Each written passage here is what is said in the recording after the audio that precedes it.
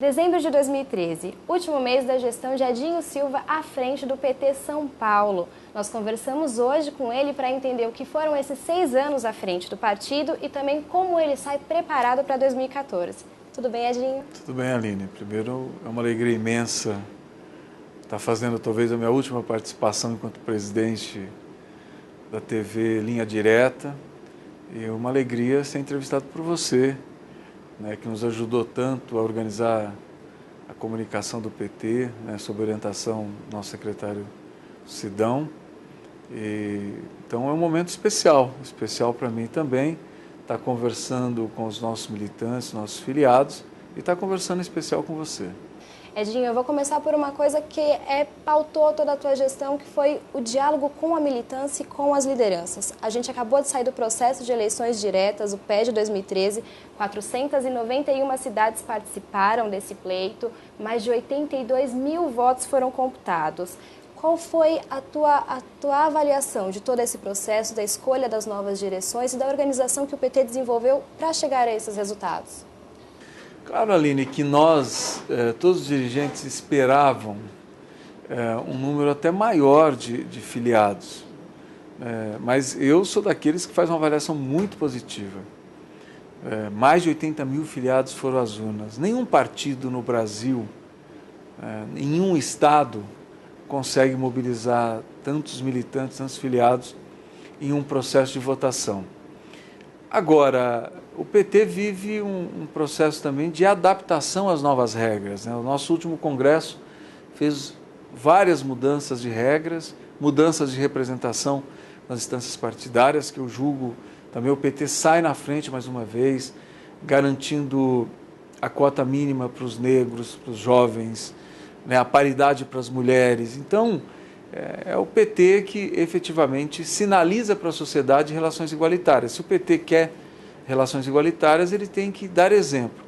Então, essas novas regras foram importantíssimas e também as novas regras de participação, para que os filiados possam se habilitar para o processo de votação direta para o nosso PED. Claro que essa adaptação fez com que nós tivéssemos uma queda na participação dos filiados, mas, no meu entender, é por conta de um processo. Mesmo assim, o PT mostra a sua força. Eu penso que o PT sai muito fortalecido do PED. O PT, qual partido que mobiliza quase 500 municípios em um único dia para um processo de eleição interna? Nós não estamos lá chamando ninguém para churrasco, para festa, para show, não. É um ato de cidadania partidária, É o filiado que vai lá exercer o seu direito ao voto e escolher diretamente os seus dirigentes. Então, eu não tenho nenhuma dúvida que o PT de São Paulo sai muito fortalecido desse processo. E eu penso que é um pouco consequência de uma construção.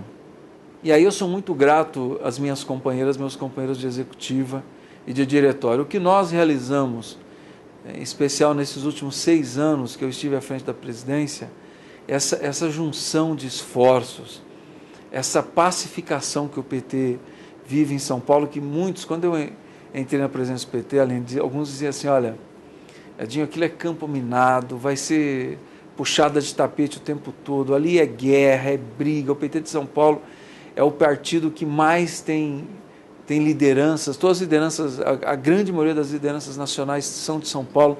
O maior exemplo é o próprio presidente Lula. Então, é um partido que ele é muito pressionado por essas lideranças, pela estatura dessas lideranças. E todos diziam que eu ia ter muita dificuldade. Eu vou dizer para você, eu nunca tive dificuldade. O PT de São Paulo, já no meu primeiro mandato, ele se unificou. Nós conseguimos enxergar mais aquilo que nos unia do que aquilo que nos separava. A minha reeleição, com quase 93% dos votos no meu segundo mandato, já era uma demonstração dessa unidade.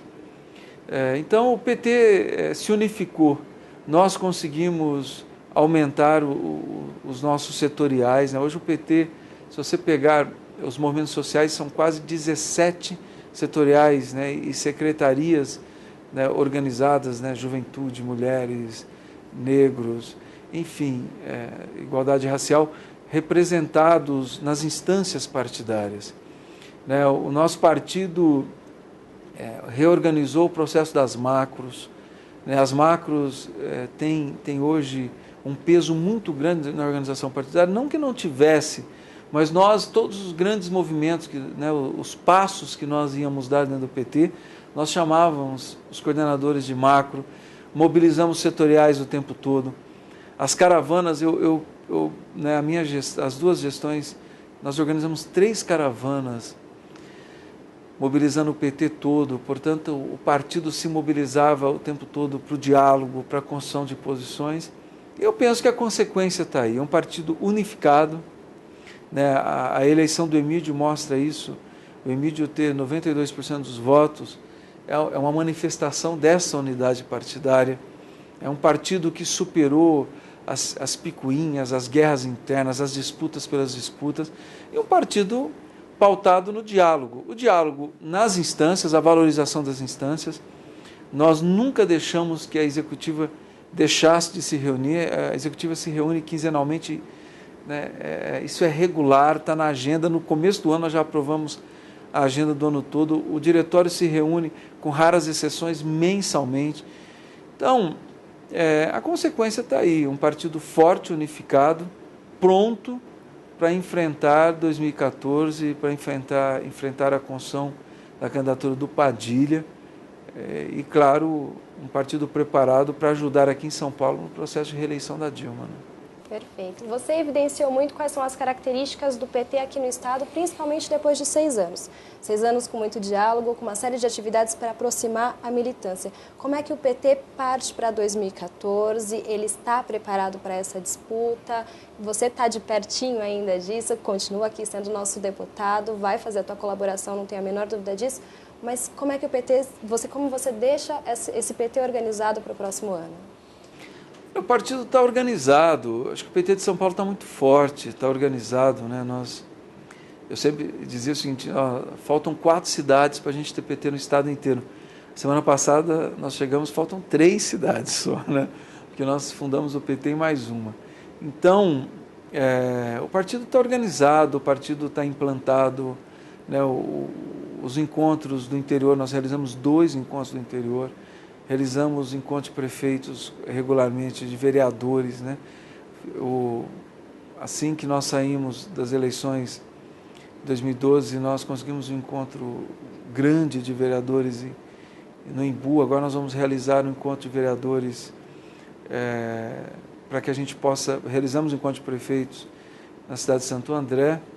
Né? Também em Itupeva vamos organizar mais um encontro de vereadores. Então, o partido está muito organizado, está fortalecido.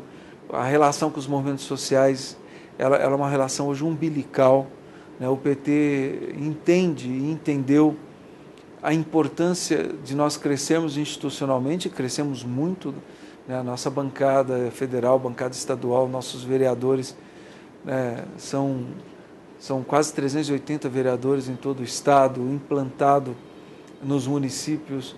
Então, são marcas importantes que o PT alcançou, né, marcas de organização partidária.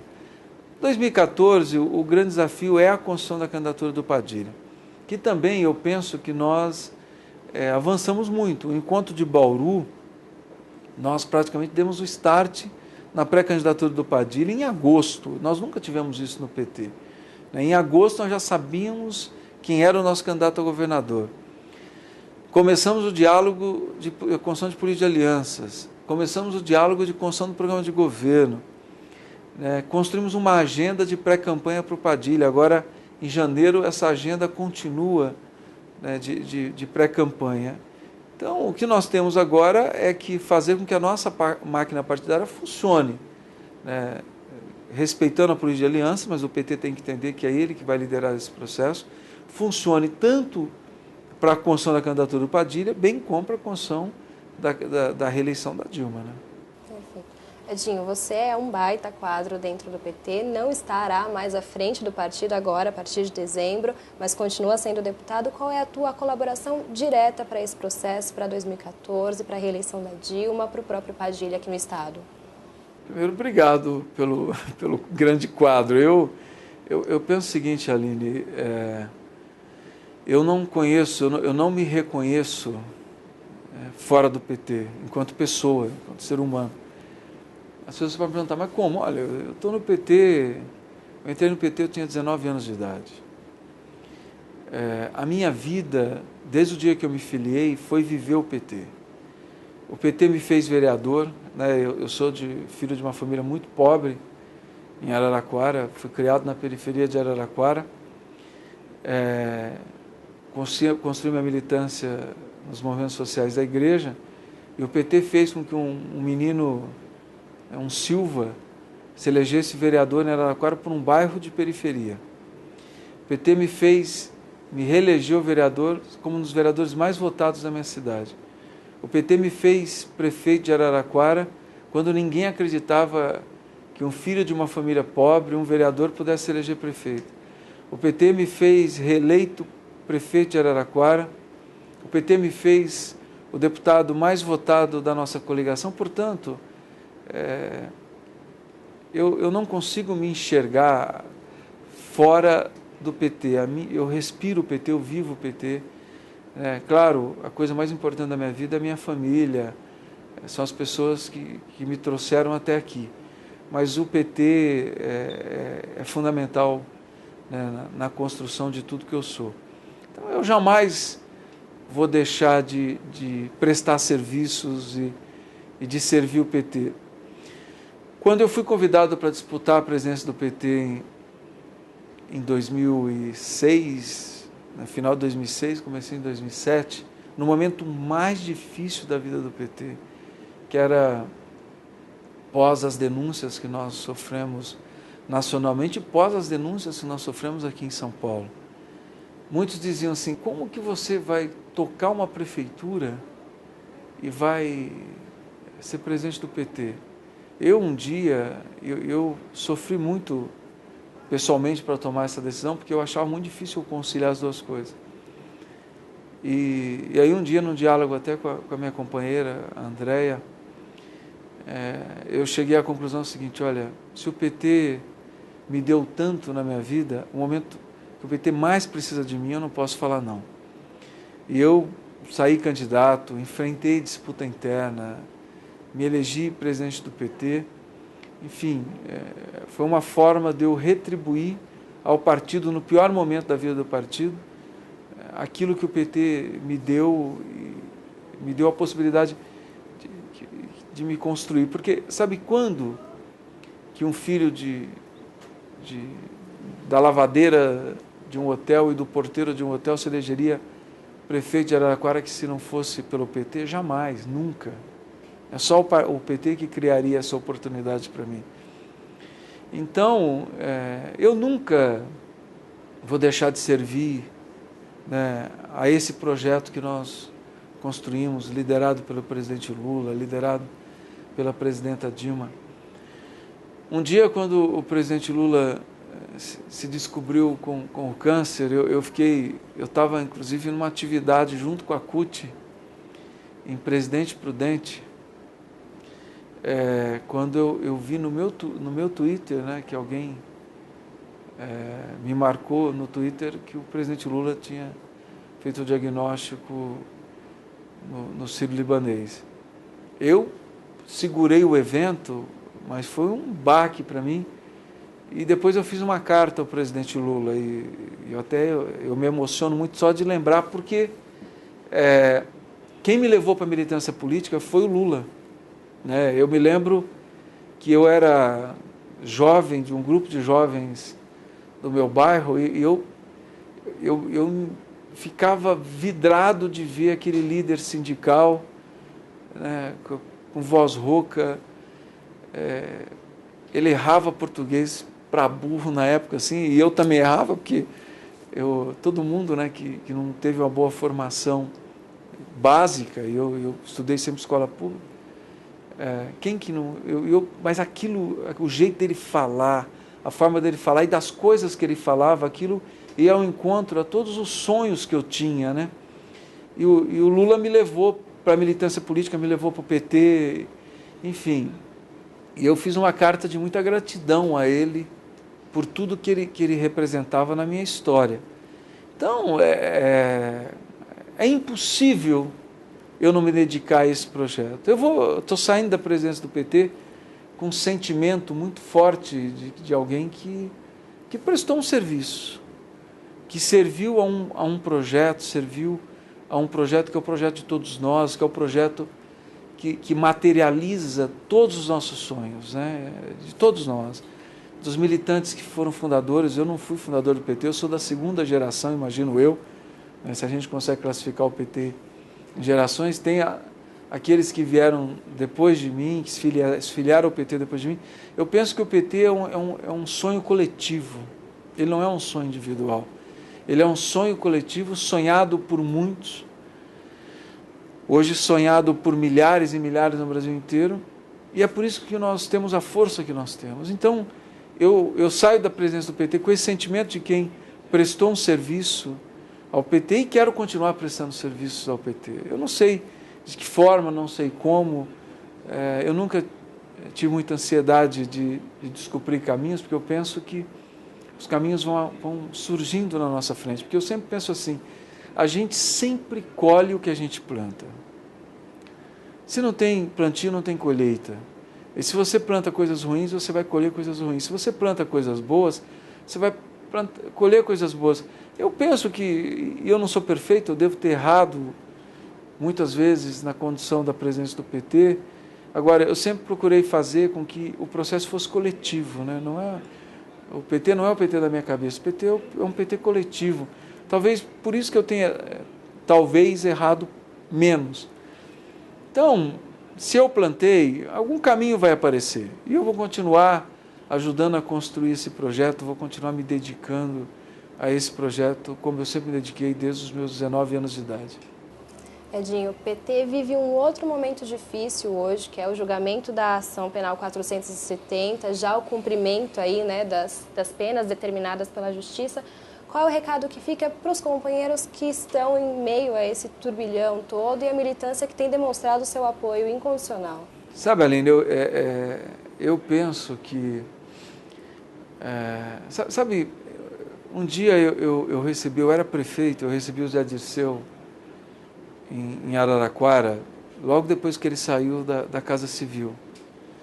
Eu disse ao Zé, e eu acho que é um pouco, não o meu sentimento, mas eu acho que é o sentimento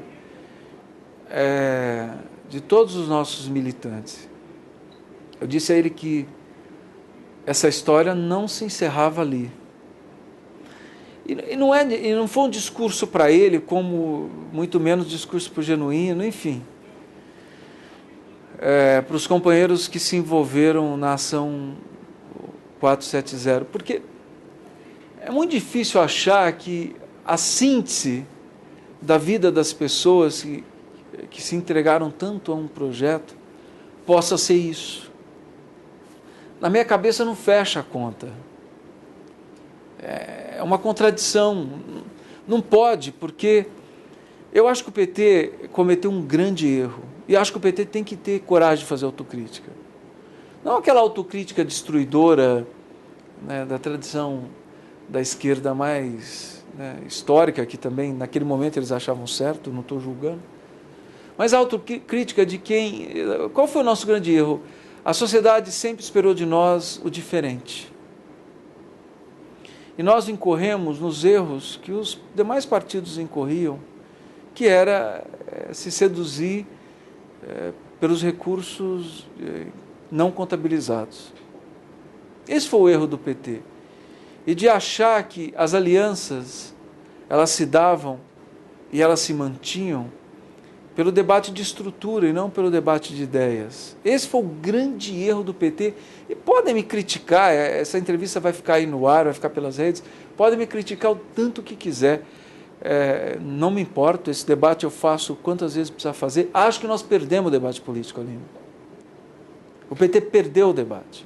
O PT perdeu o debate porque no momento que ele tinha que aumentar o tom e enfrentar o debate, fazer autocrítica, reconhecer o seu erro, o seu equívoco, mas fazer o debate.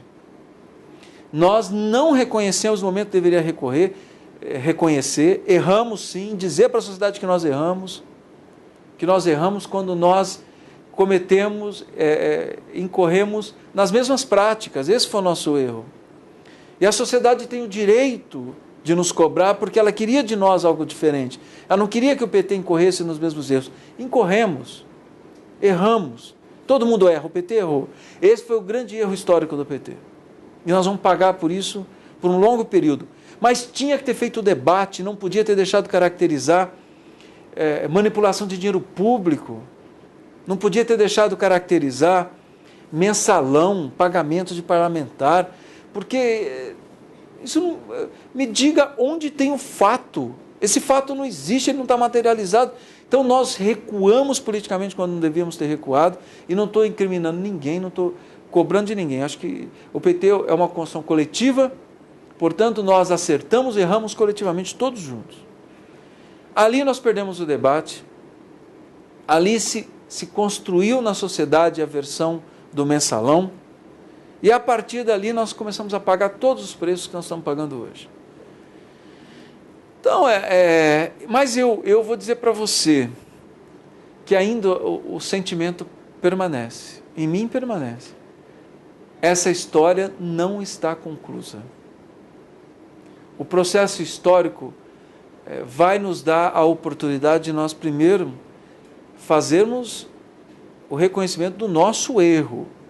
Não estou dizendo aqui que o PT errou ao incorrer na mesma prática que os demais partidos incorriam.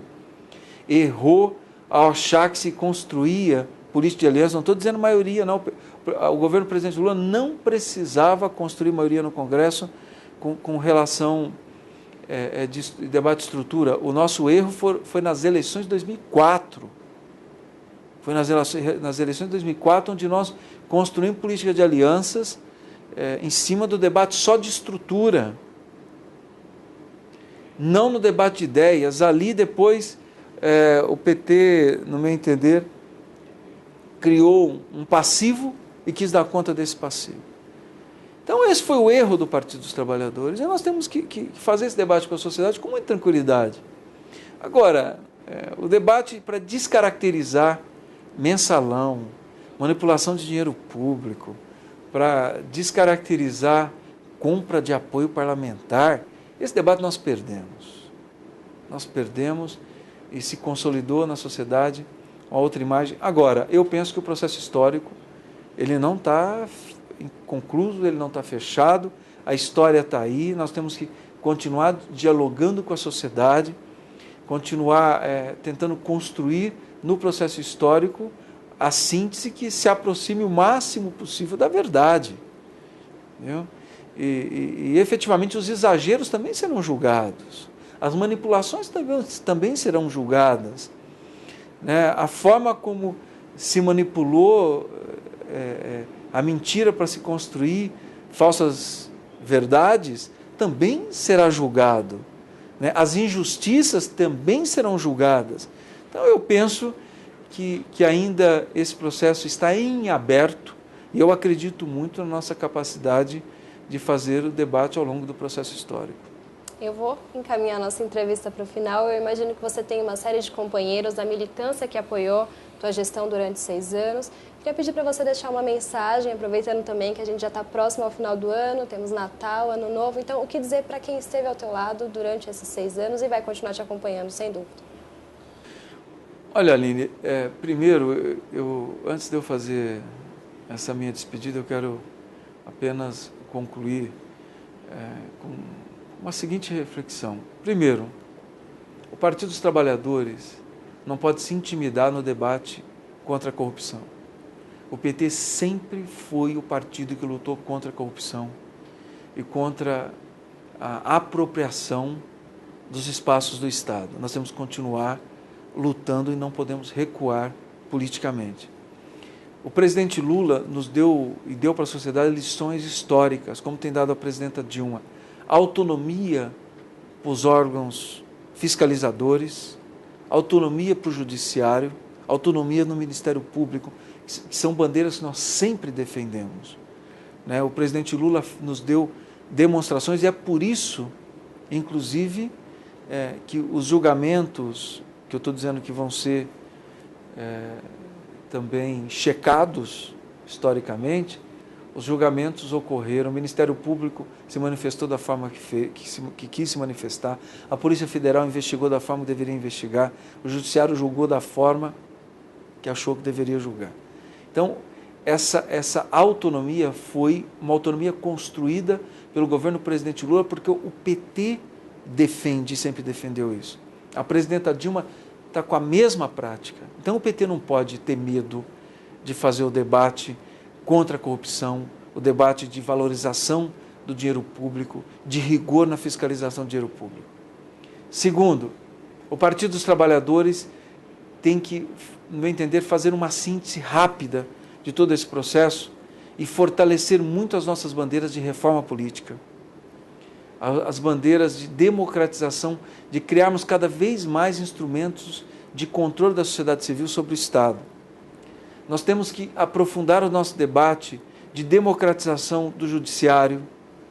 Né? A sociedade civil tem que entender e tem que também fiscalizar, da mesma forma que fiscaliza o executivo, o legislativo, tem que fiscalizar o judiciário. Também o PT tem que levantar a bandeira da reforma tributária, que ela também é importante para que a gente possa fazer justiça tributária nesse país.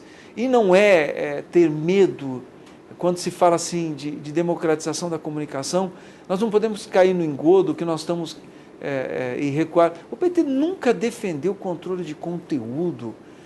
Nós temos que continuar sendo um partido que acirra a democracia, leva a democracia às suas últimas instâncias e que a imprensa tenha toda a liberdade de produzir o conteúdo que achar por bem produzir, claro, também com respeito à sociedade civil, com o controle da sociedade civil, como existe em todas as democracias do mundo. Mas nós temos que continuar defendendo que a comunicação se democratize, que os veículos alternativos tenham espaço, que se fortaleça cada vez mais a comunicação regionalizada, né? Que a gente possa fazer da comunicação um instrumento de construção da democracia. Outra questão, o PT tem que fazer a leitura correta das mobilizações de 2013. As mobilizações são claras, elas construíram uma nova agenda para o Brasil, uma agenda de reforma do Estado. Esse Estado que está aí, esse modelo de Estado, não representa mais a sociedade, né? E a juventude nos mostrou isso, que é a questão da participação política, instrumentos de participação, a questão de controle das políticas públicas, enfim, o único partido, com todo respeito aos demais partidos, e a transformação social não se faz com um único partido, se faz com o diálogo e construção de coalizões. Mas o partido que nesse momento tem condições de liderar todo esse processo é o Partido dos Trabalhadores. E é com essa síntese que eu quero aqui me despedir primeiro dos meus companheiros e companheiras que caminharam comigo nesses 6 anos, tanto na executiva como no diretório estadual.